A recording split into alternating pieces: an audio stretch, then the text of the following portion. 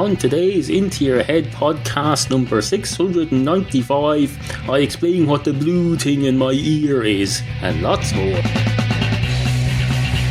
head, into your head, into your head, into your head, into your head. I've always been a great believer in the dictum, whenever you buy a new pair of cheap imitation Apple earphones, make damn sure to Christ as hell that you put sellotape all over them before you even start using them, so they'll last an extra couple of days.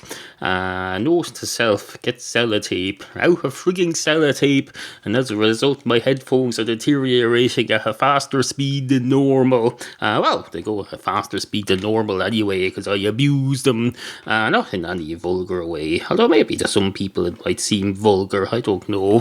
One man's vulgarity is another man's perfectly normal. Perfectly normal and above board and average. Although it's obviously, if it's just perfectly normal to you and it's not perfectly normal to other people, then it's not perfectly normal. When you add up by the law of averages, if it's normal to you, but you're in the minority, then it's not normal at all. It's just, it's not even, I don't know, not that there's anything wrong with not being, what's wrong with not being normal all of a sudden? Here's a question for you. Here's a question and a half. Question plus 50%. Christ, I've got a wax earplug stuck in my right ear. I can barely hear myself. So I hope this is all making sense. If it's not, blame the manufacturers of that frigging world's greatest earplug thing that I used to have a link to. I think I still do.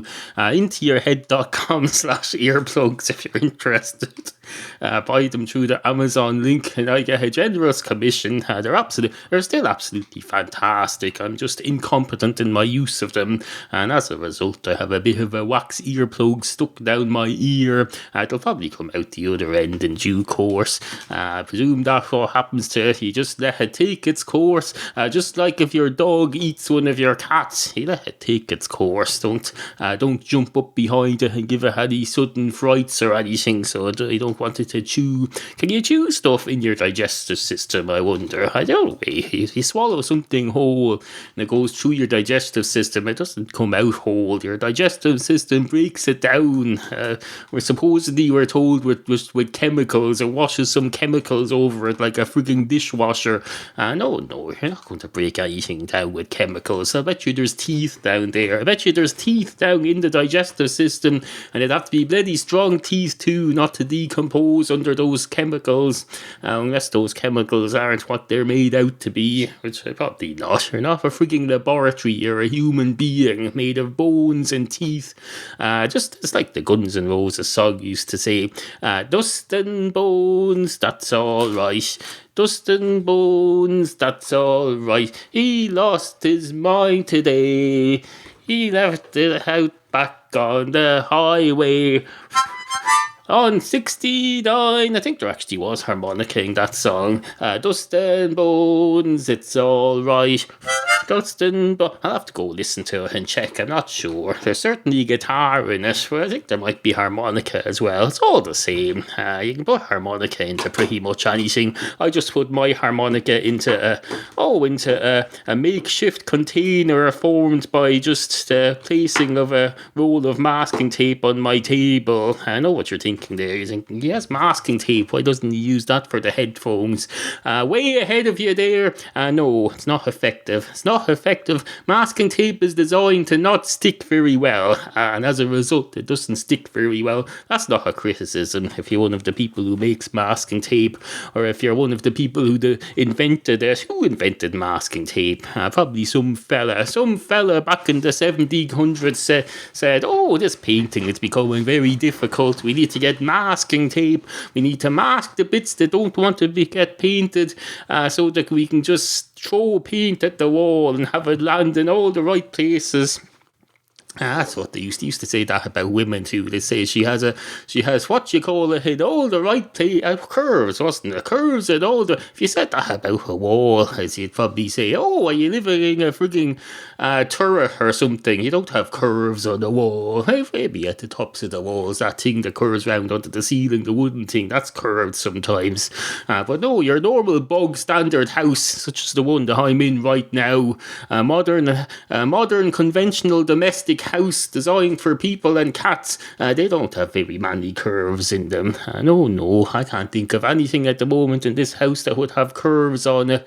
Maybe the chimney pot, maybe the satellite dish, maybe the thing just outside my window that does the internet, maybe the drain pipes, I suppose, those would be curved. But the structure of the building itself, no.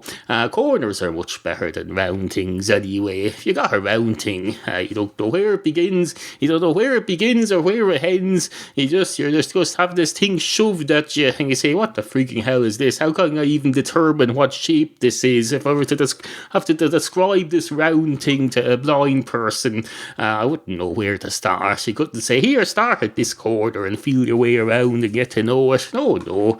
They just end up feeling their way around and round and round and round, and then they have as best a guess as they can under the circumstances. They'll probably say, oh, is it some sort of a spiral? And you'll say yes, as you don't want to upset people. You just say yes, unless it's very important that you have the answer right. It's hardly likely to be a matter of life or death, though. If it is, you're there to help them with it. So let's not get bogged down in this.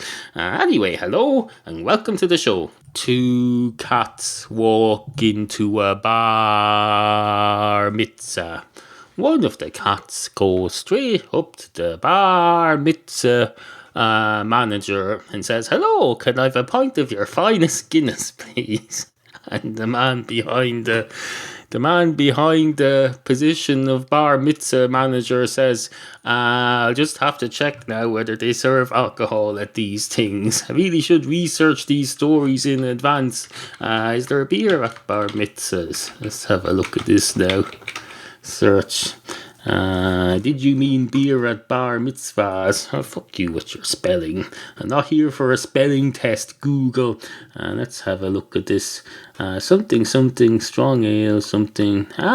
Let's take it as yes, because I can't find the answer without distracting myself. Let's pretend this is an imaginary world, if necessary, where beer is served at bar mitzvahs. It'd have to be if the word bar is in it. Why would you have the word bar in the name of an event that doesn't even have a bar at it before?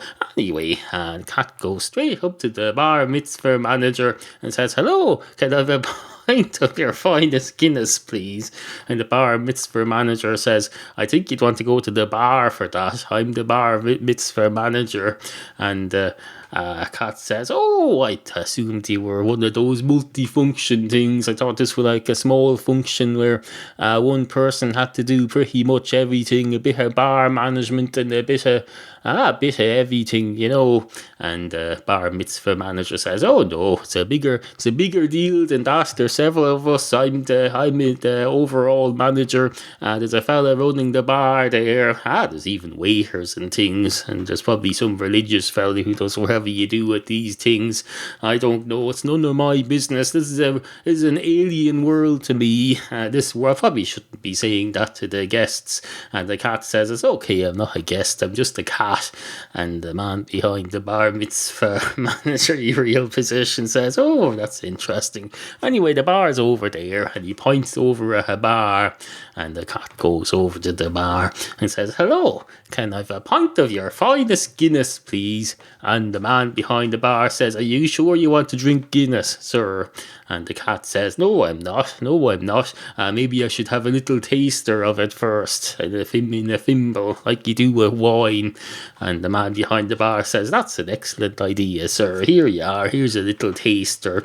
Hope you don't mind it. It's just the head. It's very hard to pour out a miniature Guinness with the black stuff and the head at the top. So this is just the creamy stuff.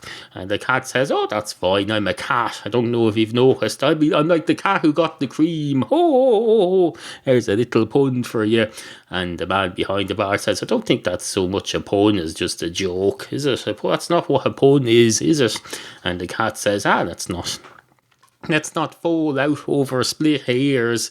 And the man behind the bar says, fair enough, fair enough. The only circumstances under which we'll fall out tonight, sir, would be if the tipping element of this transaction doesn't go to my satisfaction. Oh, there's a little joke for you.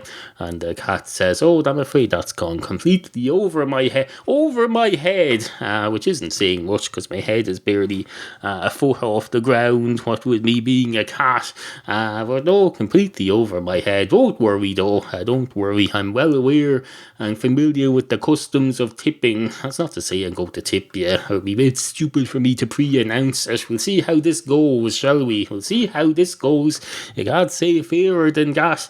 And the man behind the bar says, I suppose not. Anyway, how's your Guinness head? And the cat says, tastes fine, absolutely fucking fine. Now, if I order a pint of Guinness, is it going to have a big hole in the middle of the head where you took this sample from?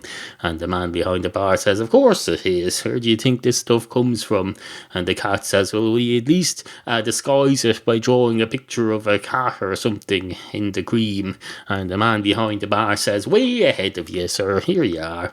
And a great night is had by all. Monkey nuts, that's what they call them. They call them big steaming, shit-eating, piss-piling, earplugs stuck in ear, monkey nuts. That's not to say that. That's not to say anything. That's not to say anything of any interest. It's just a way to get going as usual, not making any commentary about the state of the monkey nuts industry. Is there a monkey nut? Of course there is a monkey nuts industry. It's a major industry, just like Christmas.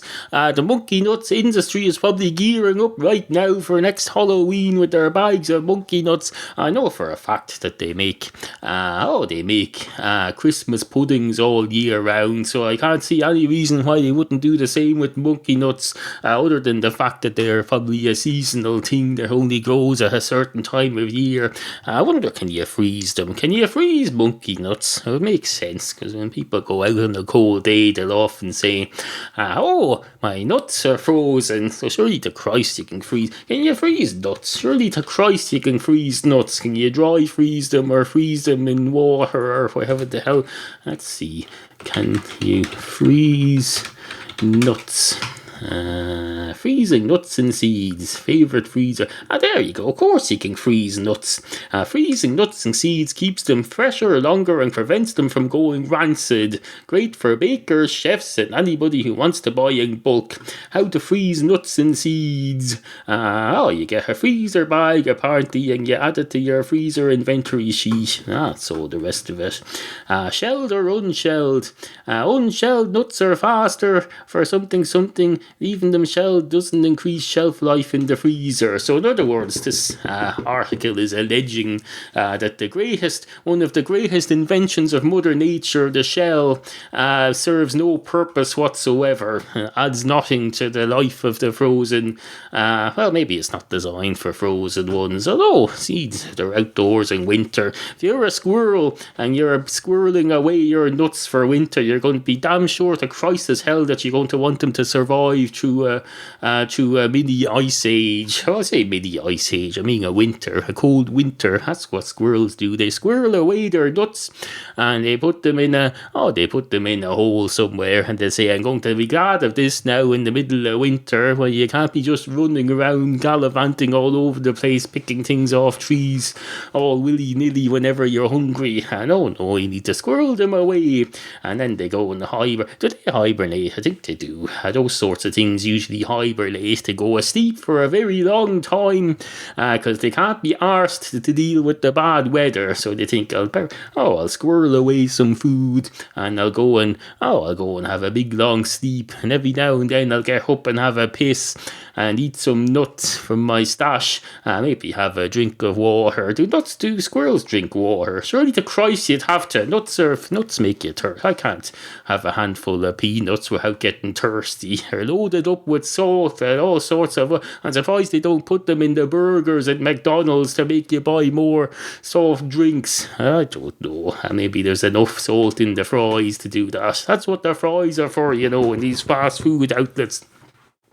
They're loaded up with salt to make you thirsty, and then you say, "Oh, these potato fries have made me very thirsty.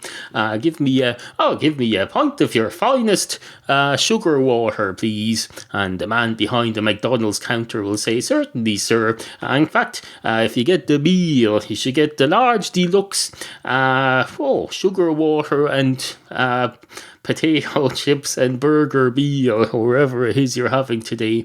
That'll save you money. It'll probably save you even more money to not come here at all. Although you probably have to come in for a piss anyway. And the pissery is for patrons only. It's a patrons only pissery. You'll find there's a code for the door on your receipt. You'll be damn sure the Christ as hell you won't be getting that receipt unless you buy anything. No offence, I don't make the rules around here. I'm just a minimum wage, poor, trampled upon McDonald's employee. It's not my fault. I don't design how the world works. But that's how the world works, in case you've ever wondered. Anyway, on with the show. Into your head. Do you need glasses or shoes or batteries or prescription eyeglasses or DreamHost web hosting or pet supplies or brain tonic energy drink or any of those things? Well, you can get them all through my fine affiliates. Just go to intoyourhead.com and click on the ads down the left of the page. All of these affiliates have been selected because whenever you use them, I get a commission at no extra cost to you. You can also help the show whenever you shop on Amazon.com, Amazon Canada or Amazon UK, as well as all of the other affiliates there. Just go to intoyourhead.com, scroll down the left and have a look and support the podcastual arts. You're listening to the Into Your Head podcast from Ireland with your humble proprietor, Neal. Follow Neal at twitter.com/intoyourheadpod and pretend to like him at facebook.com/intoyourheadpodcast. Now, I know what you're thinking there. You're thinking, Jesus H. Christ on a popsicle stick. You're thinking, Jesus H. Christ on a popsicle stick, popsicle, or any other kind of confectionery stalk of some kind, like a lollipop stick. Is popsicle stick refer to lollipop stick, or does it refer to one of those flat sticks that you use for an ice lolly? I'm not sure. I'd refer to the round white ones as lollipop sticks, and the other ones as ice pop sticks. But every man to himself. Well, except with language. You can't have every man to himself when it comes to language. If we're all speaking our own individual separate languages, it's not going to work out. That's impractical. It's as impractical as be damned. If I were to go up to you and say, hello, do you have a face quacker? You'd say, oh, what's that? Is that like a quack squankter? You'd say, no, do you not speak my language? And they'll say, no, I don't speak your language. What the hell is a language anyway? I don't even know what that word means. And you'll say, well, you'll find out in a minute what it means. I can tell you. I'll give you words and I'll put them right into your face. And they'll say, is that a threat? And you'll say, what's a threat? And they'll say, it's like when you go up to someone and you say, here's some language, I'm going to push it into your face, but you mean it violently. You said something along those lines, but I couldn't tell whether you meant it violently or whether you just meant it as a metaphor. And you'll say, oh, what's a metaphor? And they'll say, I think it's a place where you put your mats. That's a little joke. And of course you won't understand it because you're separate languages.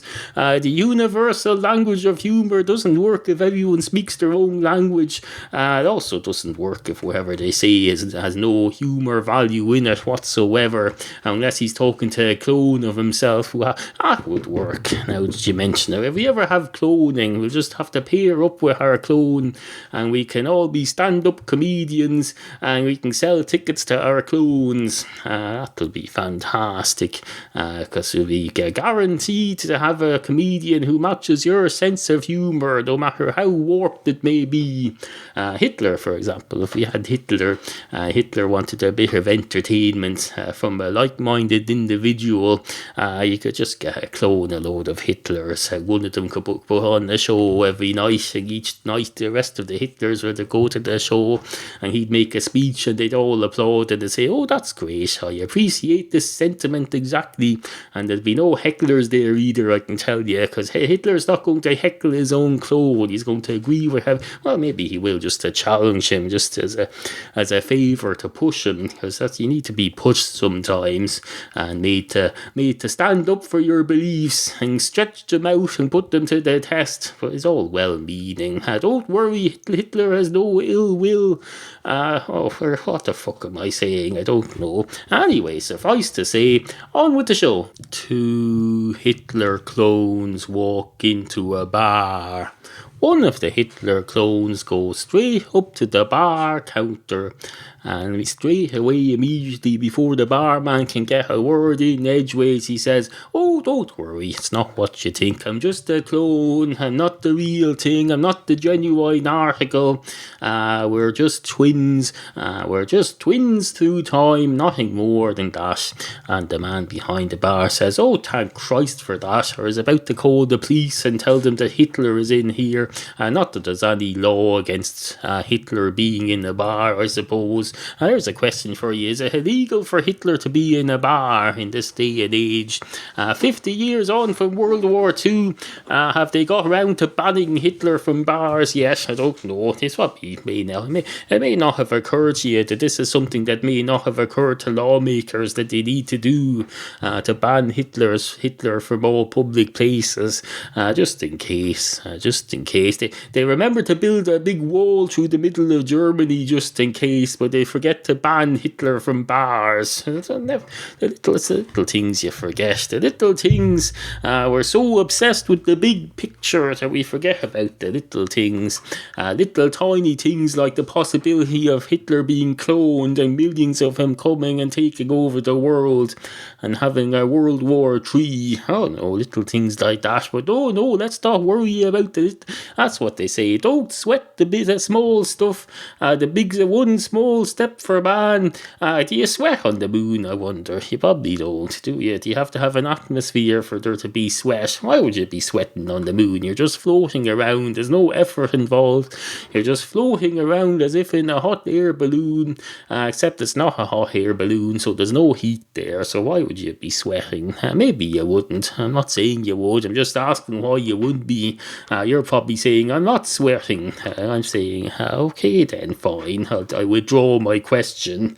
I'm sorry for having a bit of curiosity about the world and about the world outside our world. I consider the moon to be part of our world. It's orbiting our world. It's not like it's way off in Mars somewhere. It's part of our world, just as much as the driveway outside your gate is part of your home, even if you don't own it.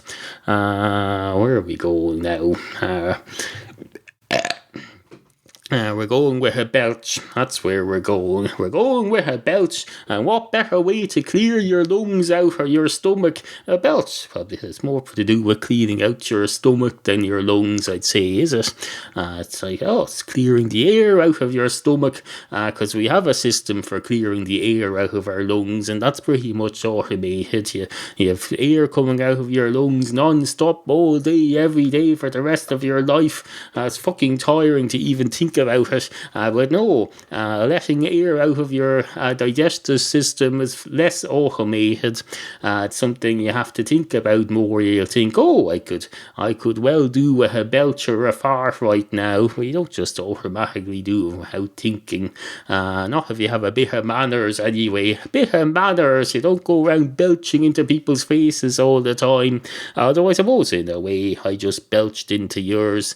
But you have a huge mouth mouth guard here, a pea popper belch guard here, so won't have harmed you in any medical way, so that's fine. So that's fine. We're fine. Have we all sorted that out now? Are we happy now? We're probably not.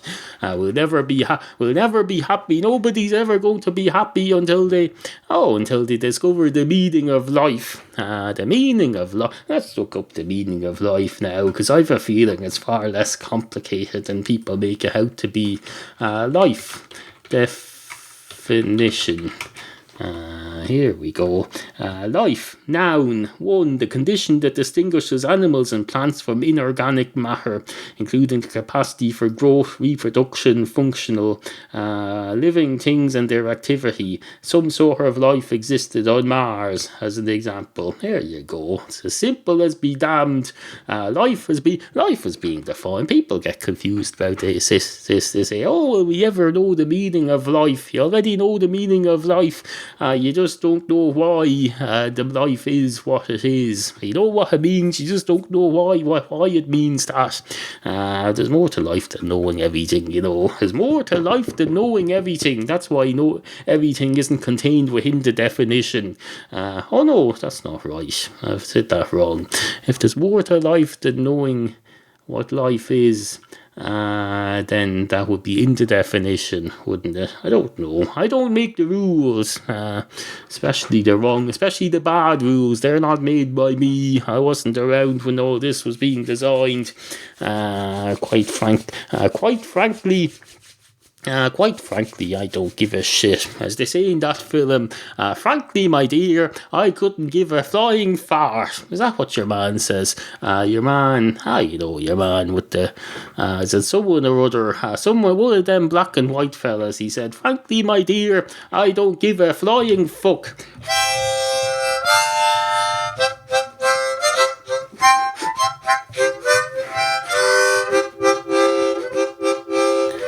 Two rolls of sellotape walk into a bar. One of the rolls of sellotape goes straight up to the bar counter and says, hello, do you need any help with sticking anything to anything else? And the man behind the bar says, oh, thank you very much. No, I'm fine, thank you. I don't really do much in the way of stationary activity here. I've got a clipboard, we got everything on the computer here. Sometimes I have to put a few receipts in a pile, but I have a ring binder for those. Well, thanks for asking. No, wait a minute, are you trying to trade your services in exchange for a free or reduced price beer? And the sellotape says, oh, no. Why would I trade a part of myself for a beer? That would be ridiculous. Do you go into the butcher's and say, hello, I'll have a pack of your finest sausages, please, in return for my belly button? You would not. You'd be mad to do so. And you think just because I'm a talking roll of sellotape that I'm going to be mad? No, I'm perfectly sane. I'm as sane as you. And the man behind the bar says, somehow I doubt that. And the sellotape says, what are you, a freaking psychologist or a psychiatrist or something? And the man behind the bar says, well, I am doing a degree in parapsychology or something at night, as it happens. And the sellotape says, if that was true, you wouldn't be calling it parapsychology or something. You'd know the exact name. And the man behind the bar says, well, I'm in my first year. I haven't chosen my majors yet.